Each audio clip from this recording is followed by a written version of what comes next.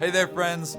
Yesterday we talked about the book of Job and how the youngest of his friends seemed to be the wisest. If you have not yet listened to yesterday's devotional, I would highly recommend going back and listening to that first.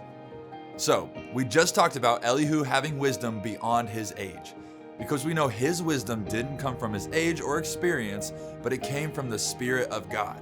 Today, I want you to know that Elihu's wisdom would have meant nothing if he wasn't willing to stand up and be bold with it. If you're young, you might be used to your ideas being shot down or discounted. If you've experienced that, let me encourage you today to continue standing strong for what you believe in. But how do I live my life boldly like Elihu did?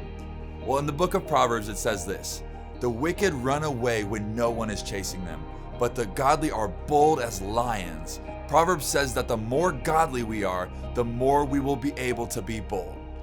At Rev City Youth, we have a strong conviction to help young people know God, because we believe that if we know God in His fullness, then we can't help but living our lives boldly and abandoned for Him. As believers, we should be the most courageous people in the world. The biggest battles that we could possibly face have already been fought. Christ defeated death on our behalf, and we have no reason to shy back under pressure, but instead share Jesus with everybody that we encounter.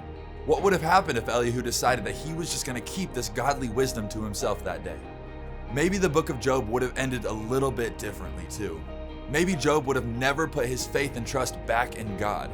But it was because of one person that was willing to make one decision to stand up and share the truth of God with his friends.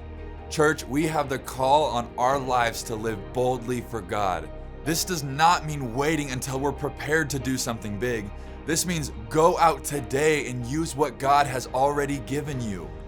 Be willing to be the one person to make the one decision to live boldly for Christ.